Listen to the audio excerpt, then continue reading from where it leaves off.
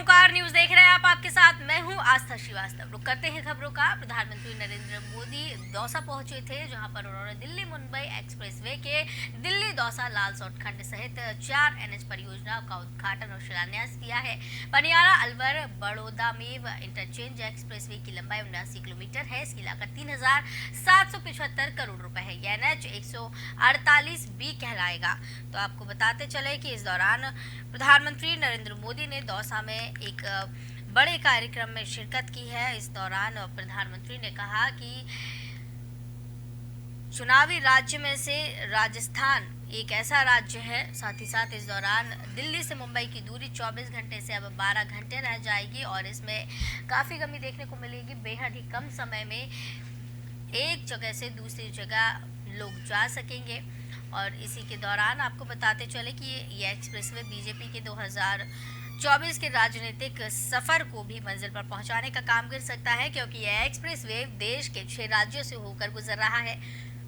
उन राज्यों में लोकसभा की कुल 145 सीटें हैं। इनमें से दिल्ली में 7, हरियाणा में 10, राजस्थान में 25, मध्य प्रदेश में 29, गुजरात में 26, महाराष्ट्र में 48 लोकसभा सीट है।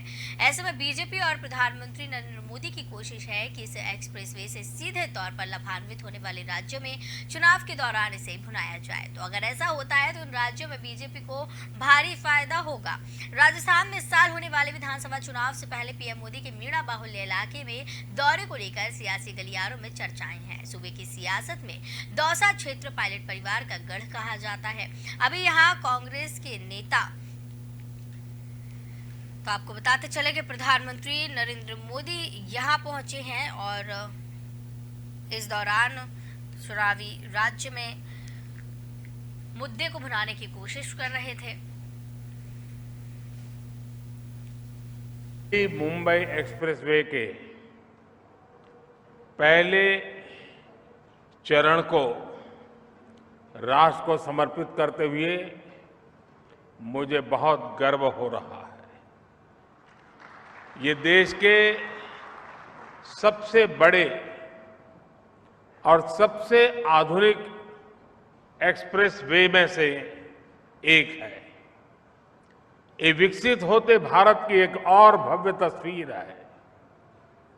मैं दौसा वासियों को, सभी देशवासियों को बहुत बहुत बधाई देता हूं। भाई और बहनों, जब ऐसी आधुनिक सड़कें बनती हैं, आधुनिक railway station, railway track, metro, airport बनते हैं, तो देश की प्रगति को गति मिलती है। दुनिया में ऐसे अनेक अध्ययन हैं जो बताते हैं कि इंफ्रास्ट्रक्चर पर लगाई गई राशि जमीन पर कई गुना ज्यादा असर दिखाती है। इंफ्रास्ट्रक्चर पर होने वाला निवेश उससे भी अधिक निवेश। राष्ट्रवादी कांग्रेस पार्टी के महाराष्ट्र प्रमुख जयंत पाटिल ने राज्य के राज्यपाल के पद से भगत सिंह कोश्यारी के इस्तीफे का स्वागत किया और कहा कि उन्हें उम्मीद है कि यहां राजभवन के नए पदाधिकारी बीजेपी की कठपुतली नहीं होंगे। राष्ट्रपति भवन की एक विज्ञप्ति में रविवार को कहा गया कि राष्ट्रपति द्रौपदी मुर्मू ने कोश्यारी का इस्तीफा स्वीकार कर लिया है। कोश्यारी के स्थान पर झारखंड के राज्यपाल रमेश बैस को नियुक्त कर दिया गया। घटनाक्रम पर प्रतिक्रिया देते हुए राकांपा नेता जयंत पाटिल ने एक ट्वीट में कहा, मुझे उम्मीद है कि नया राज्यपाल पिछले वाले यानी कि भगत सिंह कोश्यारी की तरह भाजपा की कठपुतली नहीं होंगे। हम महाराष्ट्र के राज्यपाल को बदलने के केंद्र सरकार के फैसले का स्वागत करते हैं, क्योंकि ये महाविकास अघाड़ी की मांग थी। जयंत पाटिल ने आगे कहा कि पिछले राज्यपाल ने राज्य के सामाजिक प्रतीकों के खिलाफ विवादास्पद टिप्पणी करने के साथ साथ वर्तमान असंवैधानिक राज्य सरकार के शपथ ग्रहण समारोह का आयोजन करके अपने पद का कद गिरा दिया था। हम महाराष्ट्र के नए राज्यपाल की नियुक्ति की खबर का स्वागत करते हैं। नया एकनाथ शिंदे भाजपा गठबंधन पिछले साल जून में शिवसेना में विभाजन और उसके बाद महाविकास अघाड़ी के पतन के बाद सत्ता में आया। शिवसेना के विधायक और महाराष्ट्र के पूर्व मंत्री आदित्य ठाकरे ने भी कोश्यारी के इस्तीफे का स्वागत किया। उन्होंने ट्वीट करते हुए कहा कि महाराष्ट्र ये बड़ी जीत हुई है। महाराष्ट्र विरोधी राज्यपाल का इस्तीफा आखिरकार स्वीकार कर लिया गया है। आदित्य ठाकरे ने ट्वीट में लिखा, छत्रपति शिवाजी महाराज, महात्मा ज्योतिबा फुले और सावित्रीबाई फुले हमारे संविधान, विधानसभा और लोकतांत्रिक आदर्शों का लगातार अपमान करने वाले को राज्यपाल के रूप में स्वीकार नहीं किया जा सकता।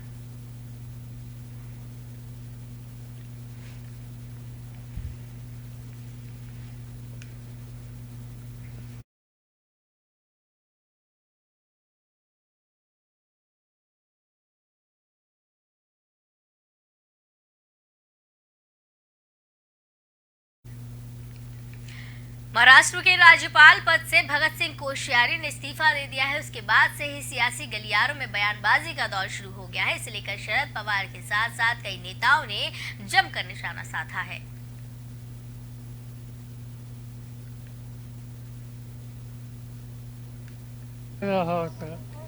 आता घेतला महाराष्ट्राला एक कधीही महाराष्ट्राच्या इतिहासामध्ये अशी व्यक्ती राज्यपाल झाली नव्हती ती आपण पाहिली, पण केंद्र सरकारने राष्ट्रपतींनी आता त्याचा बदल केला, ही अतिशय समाधानकारक बाब आहे।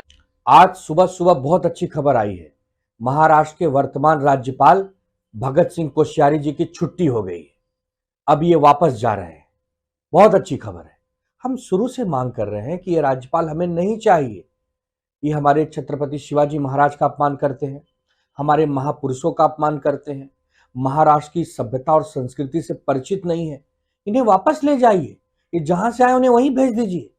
हमारे लिए किसी नए राज्यपाल की व्यवस्था कीजिए।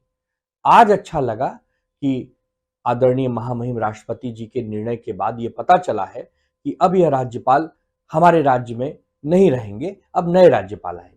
तो अच्छी बात है। इसके लिए हमने आंदोलन किया, धरना प्रदर्शन किया, हमने मांग की, हमने पत्र लिखे, बहुत कुछ किया।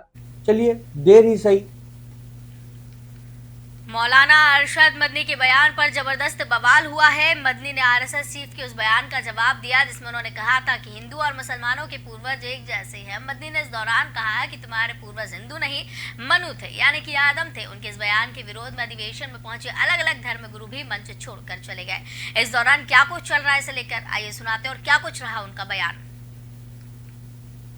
कि मनु कुछ नहीं था दुनिया में, वो ओम को पूजते थे। मैंने कहा ओम कौन है? बहुत से लोगों ने कहा कि वो एक हवा है जिनका कोई रूप नहीं है, कोई रंग नहीं है, वो दुनिया में हर जगह है, हवा हर जगह है। उन्होंने आसमान बनाया, उन्होंने जमीन। मैंने कहा कि अरे बाबा, इन्हीं को तो हम अल्लाह कहते हैं, इन्हीं को तो तुम ईश्वर कहते हो, इसी को तो हम अल्लाह कहते हैं। फारसी बोलने वाले खुदा कहते हैं, अंग्रेजी बोलने वाले गॉड कहते हैं। इसका मतलब यह है कि मनु एक अल्लाह, मनु यानी आदम, एक ओम यानी एक अल्लाह को पूजते थे। ये हमारे मुल्क की सहारनपुर से आए हुए मदनी साहब का जो वक्तव्य आया वो बिल्कुल उस वक्तव्य से कोई जोड़ने वाली बात नहीं है और उन्होंने अपनी एक कहानी। हम तो ये कहते हैं हमको पैदा करने वाला हमारा माँ बाप है, हमारे माँ बाप ने हमको पैदा किया है, हमको भगवान महावीर या अल्लाह ने पैदा नहीं किया है, हम उनको उससे ऊपर मानते हैं। ये फालतू की बातें, उसने पैदा किया, अरे पैदा मेरे माँ बाप ने किया और हम ये मानते हैं कि मेरे अच्छे कर्मों से सद्भाग्य का निर्माण होता है, खराब कर्मों से दुर्भाग्य का निर्माण होता है। हम इस फिलोसॉफी को मानते हैं। हमने सारी मुल्क को जोड़ने की बातें की। इन्होंने इस तरह से उस आदम को, अल्लाह को ला करके और मनु को लाके जिस तरह से प्रतिपादन किया, पूरी की पूरी ये हम जो भारतीय सर्वधर्म संसद के लोग और हमने सर्वसम्मति से, मैं अकेला नहीं, हम इसका विरोध करते हैं। मुख्यमंत्री अशोक गहलोत ने बजट पेश करने के बाद कांग्रेस में लंबी पारी खेलने का बयान देकर सियासी चर्चाएं छेड़ दी है। कांग्रेस अध्यक्ष नहीं बनने से जुड़े सवाल पर सीएम अशोक गहलोत ने कहा कि वो चैप्टर क्लोज हो गया है, फिर भी मैं इतना कह सकता हूं कि कांग्रेस अध्यक्ष बनने में गर्व होता।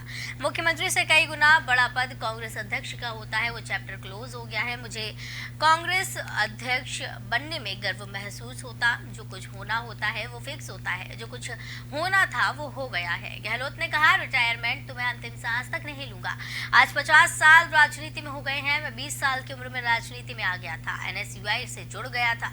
वो दिन और आज का दिन मैंने पीछे मुड़कर नहीं देखा। हाईकमान ने मुझे हमेशा मौका दिया, चाहे इंदिरा गांधी हो, राजीव गांधी हो या सोनिया गांधी, सबने मौका दिया। सोनिया गांधी ने विश्वास करके मुझे मुख्यमंत्री बनाया, कुछ सोचकर ही बनाया होगा। 3 बार मैं मुख्यमंत्री बना हूँ। सोनिया गांधी ने पहचान की मेरी तो कुछ सोच कर की होगी। राहुल गांधी, सोनिया गांधी, प्रियंका गांधी, सब लोगों ने तीसरी बार मुख्यमंत्री के तौर पर मेरा नाम तय किया था।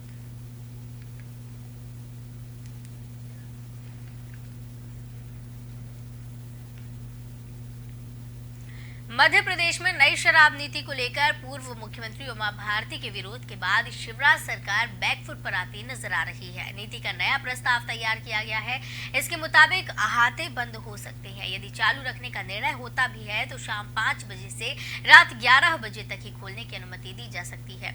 इसके साथ ही देशी शराब के दाम 1 से 2 रुपए तक बढ़ सकते हैं। पिछले साल 23 जनवरी को सरकार ने नई शराब नीति जारी कर दी थी। इस बार उमा भारती के विरोध और कुछ सुझावों के कारण नई शराब नीति अटकी पड़ी है, जिस पर रविवार को फैसला होने की संभावना थी। तो आपको बताते चले कि इस दौरान शिवराज सरकार अब बैकफुट पर नजर आ रही है। उमा भारती इसका लगातार विरोध कर रही है। हाल ही में उन्होंने भोपाल के अयोध्या नगर इलाके के एक मंदिर में भी 3 दिन तक डेरा डाल रखा था। वे मंदिर के सामने स्थित शराब दुकान और प्रदेश की शराब नीति के विरोध में मंदिर में रहकर ही विरोध कर रही थी। तो आपको बताते चले कि इस दौरान शराब नीति का लगातार विरोध किया जा रहा है। उमा भारती लगातार शिवराज सरकार की नई शराब नीति का विरोध कर रही हैं और इससे पहले भी उमा भारती एक मंदिर में डेरा डालकर बैठी हुई थी और वहां पर उन्होंने शराब नीति का विरोध भी किया था। मध्य प्रदेश की पूर्व मुख्यमंत्री और बीजेपी नेता उमा भारती ने नई शराब नीति आने में हो रही देरी पर ट्वीट करके हुए ये भी कहा कि उन्होंने अपना परामर्श पहले ही दे दिया है, उनकी वजह से देरी नहीं हो रही है और जिस तरीके से आरोप उन पर लगाए जा रहे हैं वो झूठे हैं। इन दिनों अपने बागी तेवर के लिए फेमस उमा भारती ने नई शराब नीति को लेकर एक बार फिर से बड़ा बयान दे दिया है। उमा भारती ने मध्य प्रदेश में नई शराब नीति को उनकी वजह से अटकना नहीं बताया। खबरों को खारिज उन्होंने करते हुए कहा कि वो अपना परामर्श दे चुकी हैं, अब शेष लोगों से परामर्श की प्रक्रिया चल रही है और इसी वजह से नई शराब नीति में देरी हो रही है। बता दें, बीते दिनों उमा भारती ने शराब की दुकान के सामने गाय बांधकर अपने बागी तेवर भी दिखाए थे। उमा भारती कई बार शराब नीति की मुखर आलोचना भी कर चुकी हैं। शिवराज सरकार पर शराब नीति को लेकर हमलावर रही उमा भारती ने ट्वीट करते हुए साफ कर दिया कि शराब नीति के मामले में उन्होंने अपना परामर्श दे दिया है। कथित तौर पर उनकी वजह से हो रही देरी के आरोपों का उन्होंने खंडन कर दिया है और इस दौरान उन्होंने खंडन करते हुए साफ कह दिया है कि उनकी वजह से शराब नीति में देरी नहीं हो रही है। लेकिन उमा भारती जिस तरीके से इसमें विरोध कर रही है, शिवराज सरकार बैकफुट पर आती दिख रही है। नीति का प्रस्ताव तैयार किया गया, इसके मुताबिक अहाते बंद हो सकते हैं। यदि चालू रखने का निर्णय होता भी है तो शाम 5 बजे से रात 11 बजे तक खोलने की अनुमति दी जा सकती है। पूर्व मुख्यमंत्री उमा भारती पिछले कुछ महीनों से शराब नीति को लेकर सरकार को घेर रही है। हाल ही में उन्होंने भोपाल के अयोध्या नगर इलाके में एक मंदिर में 3 दिनों तक डेरा डाल रखा था। अफसरों ने बताया कि शराब की दुकानें धार्मिक स्थलों और स्कूलों से 500 मीटर के दायरे से बाहर करने का फैसला होता है तो 40% यानी कि 1443 दुकानें प्रभावित होंगी, जबकि 250 मीटर के दायरे में 902 दुकानें आ रही हैं। मुख्यमंत्री शिवराज सिंह चौहान इन प्रस्तावों पर फैसला ले सकते हैं। बता दें कि प्रदेश में 3608 शराब की दुकानें हैं, 2611 अहाते हैं। चुनावी साल होने के कारण इस बार आबकारी नीति में बहुत ज्यादा बदलाव नहीं किया जा रहा है। आबकारी विभाग के ड्राफ्ट के मुताबिक लाइसेंस फीस 10% से बढ़ाकर ठेका रिन्यू करने का प्रस्ताव है। नई शराब नीति 1 अप्रैल 2023 से लागू हो सकती है और लगातार जिस तरीके से इसमें देरी हो रही है, उमा भारती का साफ कहना है कि उनकी वजह से इसमें देरी नहीं हो रही है। पिछले साल देसी शराब सस्ती करने के लिए शराब बनने से लेकर ग्राहक तक पहुंचने का कमाई का मार्जिन घटाया गया था। साथ ही आबकारी विभाग ने उप दुकानें खोलने का प्रस्ताव भी दिया था। सरकार ने पिछले साल होम बार लाइसेंस देने का निर्णय भी लिया था। इसका मतलब है कि अगर किसी व्यक्ति की सालाना आय 1 करोड़ से ऊपर है तो वो व्यक्ति घर पर होम बार खोल सकता है। इसके अलावा घर पर शराब रखने की लिमिट 4 गुना कर दी गई थी। भारतीय वायुसेना का C-17 ग्लोब मास्टर विमान राहत सामग्री लेकर सीरिया और तुर्की के लिए रवाना हुआ। शनिवार रात 8:30 बजे दिल्ली से सटे गाजियाबाद के इंडियन एयरबेस से इस विमान ने उड़ान भरी। ये विमान सीरिया और फिर तुर्की जा रहा है। विमान से मेडिकल इक्विपमेंट्स, जीवन रक्षक दवाई समेत बच्चों के लिए मिल्क पाउडर के पैकेट्स भेजे गए हैं। इस फ्लाइट से दोनों देशों के लिए 35 टन राहत सामग्री भेजी गई। 23 टन सीरिया और 12 टन तुर्की में राहत सामग्री पहुंचाई जाएगी। सीरिया के लिए भेजी जा रही सहायता में sleeping mats, generator set, solar lamp, तिरपाल, कंबल, आपातकालीन और महत्वपूर्ण देखभाल दवाएं, आपदा राहत सामग्री शामिल है। तुर्की के लिए जाने वाली सामग्री में आर्मी फील्ड अस्पताल और एनडीआरएफ टीम के लिए चिकित्सा उपकरण, रोगी monitor, anaesthesia machine, syringe, pump, glucometer, कंबल और अन्य राहत सामग्री शामिल है।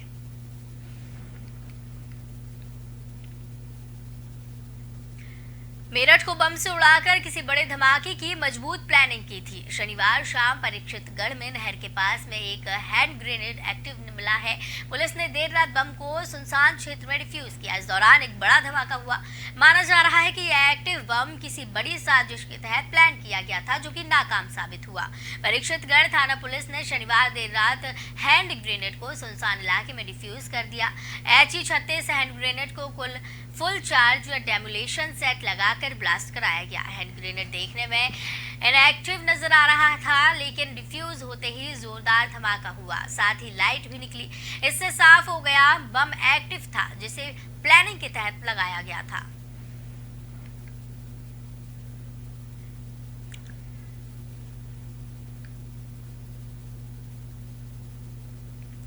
देश के 4 हाईकोर्ट में चीफ जस्टिस की नियुक्ति हो गई है। केंद्र सरकार ने इसके लिए अधिसूचना जारी की है। कानून मंत्री किरण रिजिजू ने बकायदा अपने आधिकारिक ट्विटर हैंडल पर नई नियुक्तियों की घोषणा की है। गुजरात हाईकोर्ट में जज सोनिया गिरिधर गोकानी को मुख्य न्यायाधीश नियुक्त किया गया।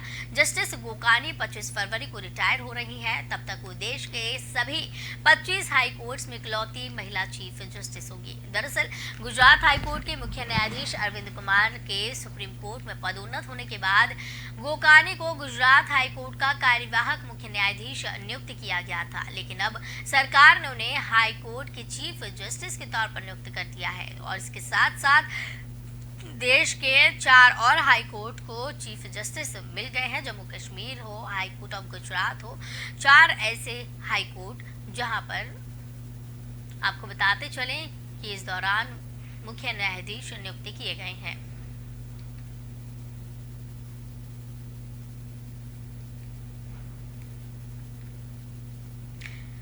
जम्मू कश्मीर में लगातार भारी बर्फबारी हो रही है। इसी के बीच में उत्तरी कश्मीर के सीमावर्ती कुपवाड़ा जिले के करनाह में बड़ी संख्या में लोगों ने विरोध प्रदर्शन किया।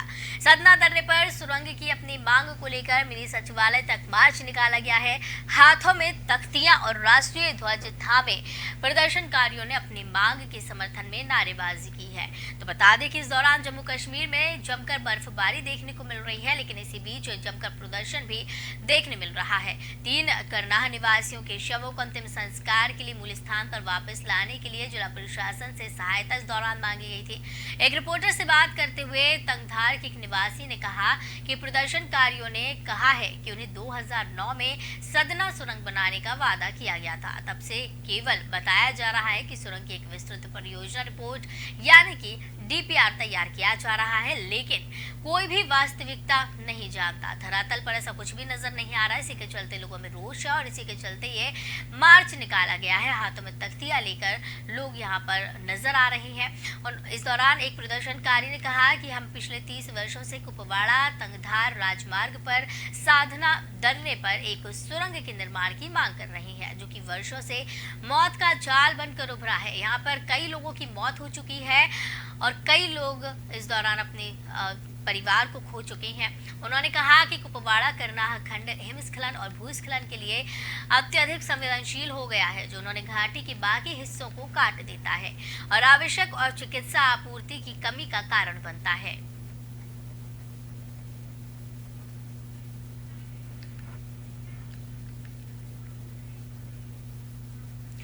विश्व प्रसिद्ध ज्योतिर्लिंग महाकालेश्वर मंदिर में महाशिवरात्रि पूजा की शुरुआत हो चुकी है। इसके तहत मंदिर में प्रतिदिन बाबा महाकाल का विभिन्न रूपों में श्रृंगार किया जा रहा है। मंदिर में बाबा महाकाल के दूल्हा स्वरूप में किए जा रहे श्रृंगार के दर्शन करने के लिए श्रद्धालुओं का तांता लगा हुआ है और श्रद्धालुओं में काफी उत्साह देखने को मिल रहा है। इस दौरान भारी संख्या में लोग यहाँ पहुंच रहे हैं महाकालेश्वर बाबा के दर्शन करने के लिए। प्रतिदिन की अगर बात करें तो हजारों से ज्यादा श्रद्धालु बाबा महाकाल के दिव्य दर्शनों का लाभ लेने पहुंच रहे हैं। शिवरात्रि के दौरान बाबा महाकाल का शेषनाग के रूप में श्रृंगार किया जाएगा। तो आपको बता दें कि महाशिवरात्रि पर्व की धूम देखने को मिल रही है और महाकालेश्वर में बाबा का श्रृंगार शुरू हो गया है। महाशिवरात्रि के लिए दर्शनों के लिए दर्जन भर हजारों लोग यहाँ पर पहुंच रहे हैं। हजारों की संख्या में लोग यहाँ पहुंच रहे हैं और यहाँ पर लाभ ले रहे हैं, दर्शन कर रहे हैं।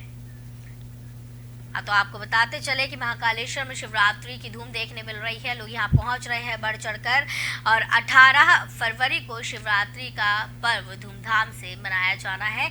लेकिन उससे पहले ही महाशिवरात्रि के पहले से ही कई दिनों पहले से यहाँ पर महाकालेश्वर की पूजा अर्चना शुरू हो जाती है और साथ ही बाबा का श्रृंगार शुरू हो जाता है, जिसे देखने के लिए भक्त बढ़ चढ़कर यहाँ पहुंच रहे हैं और श्रद्धालुओं का यहाँ पर तांता लगा हुआ है। श्रद्धालुओं में काफी उत्साह देखने को मिल रहा है। महाशिवरात्रि एक ऐसा पर्व है जहाँ पर बाबा के भक्त बड़ी संख्या में बाबा के दर्शन करने के लिए पहुंचते हैं, चाहे वो महाकालेश्वर हो, केदारनाथ हो, बद्रीनाथ हो या फिर बाबा महाकाल का कोई भी तीर्थ स्थान हो। इस दौरान बढ़ चढ़कर श्रद्धालु यहाँ पर पहुंच रहे हैं और दर्शनों का लाभ ले रहे हैं। महाशिवरात्रि पर्व की धूम काफी नजर आ रही है। इसी के चलते महाकालेश्वर में कई दिनों पहले से ही बाबा का श्रृंगार शुरू हो जाता है और 18 फरवरी को महाशिवरात्रि का पर्व बड़ी ही धूमधाम से मनाया जाएगा और हजारों भक्त इस दौरान धर्म लाभ लेने के लिए, दर्शन करने के लिए पहुंच रहे हैं।